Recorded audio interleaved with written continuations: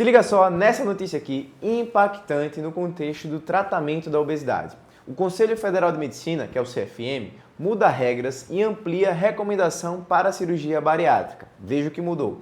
Alguns dados, alguns números são bem impactantes, interessantes para você que porventura convive com a doença. E aí, se você tem interesse no tema, segue o vídeo.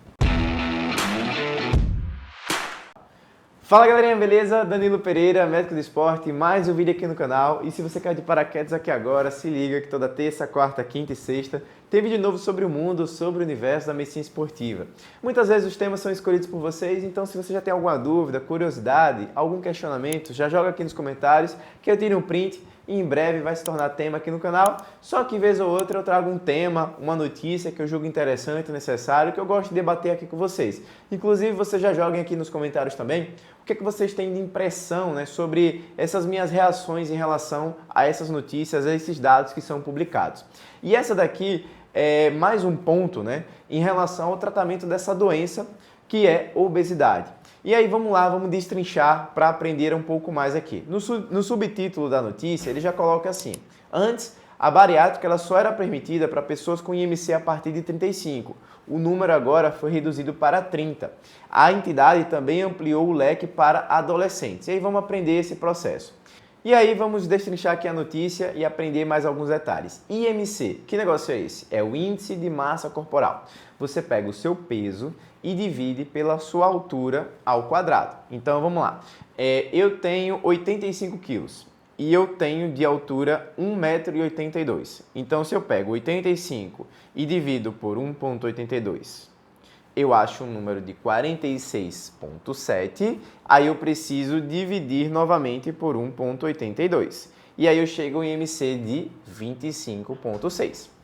Quando você tem um IMC superior a 30, isso já é um dado em relação à obesidade. Você tem obesidade grau 1. Quando você tem um IMC superior a 35, seria essa obesidade grau 2. E o IMC superior a 40, obesidade grau 3. Então, antes, as indicações da cirurgia bariátrica, elas se restringiam para a obesidade grau 2 para cima. Agora, níveis de obesidade grau 1, você já teria essa recomendação. O grande ponto que a gente precisa entender é que, novamente, a obesidade é uma doença. E quanto mais tempo com essa doença, maiores danos, maiores efeitos colaterais. E quais são as comorbidades que estão associadas a essa obesidade? Agora, com IMC a partir de 30, que você teria a recomendação do procedimento cirúrgico.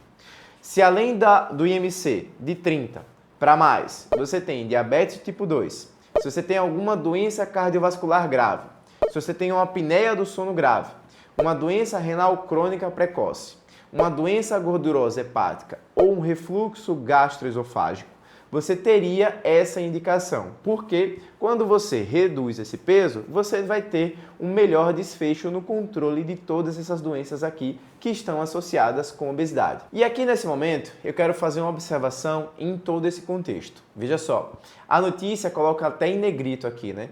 A resolução também deixa de restringir a idade e o tempo de convivência com a doença, porque antes você teria que ter um número mínimo, por exemplo, você precisaria ter 10 anos de um diagnóstico de diabetes e você só podia ter até 70 anos para fazer o procedimento.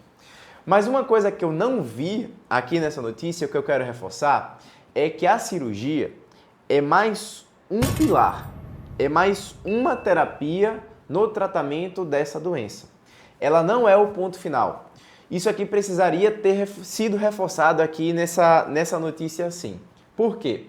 Tem um caso de consultório de pessoas que se submeteram ao tratamento, muito bem indicado, mas que pularam etapas em relação à mudança de estilo de vida, ao tempo de acompanhamento, que você tem que ter um tempo mínimo para entender se com o tratamento, com mudança de hábitos, tratamento medicamentoso, a prática regular de exercício, mudança no seu padrão alimentar, se você consegue ter um bom controle e o quanto de perda de peso que você consegue ter para que você se submeta ao procedimento.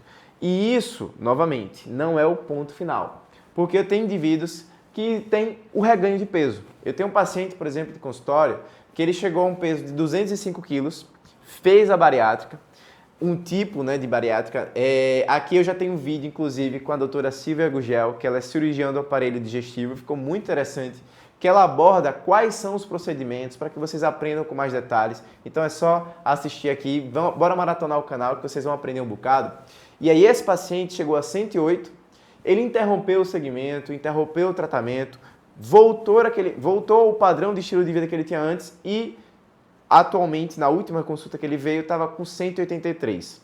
Então, vocês vejam que ele teve uma perda de quase 100 quilos, mas teve um reganho de quase 80 quilos pós-procedimento. Então, uma coisa que precisaria aqui, novamente, está bem reforçado, é que a cirurgia é mais uma terapia. Ela não significa que é o ponto final. E uma outra mudança nessa resolução que chama a atenção é a redução da idade mínima. Antes, a idade mínima, para você fazer o procedimento, você precisaria ter 16 anos, e agora, a partir dos 14 anos, você já teria essa indicação.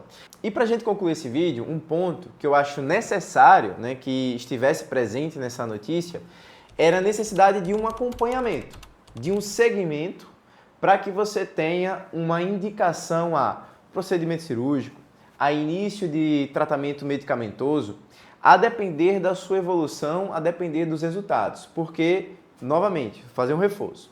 Não é porque você tem uma idade mínima, não é porque você tem um IMC mínimo, não é porque você tem a presença de alguma comorbidade associada que esse procedimento vai ser a primeira indicação, certo? Então, para a gente ter essa noção e essa conclusão, busque uma avaliação profissional, obesidade é uma doença, e quanto mais tempo com essa doença, maiores os danos e maiores os efeitos colaterais. A gente precisa de um tratamento e um tratamento ativo. É uma via de mão dupla. O profissional entrega ao paciente uma abordagem, um segmento ativo e o paciente entrega ao profissional uma mudança nesse seu estilo de vida. E se você chegou até aqui agora nesse vídeo, não esquece. Deixe o seu like, alguma dúvida, comentário, sugestão sobre esses novos temas, joga aqui e vamos ter esse bate-papo. Não esquece, né? Faz inscrição aqui no canal, ativa o sininho para não perder nenhum vídeo e vamos pro próximo.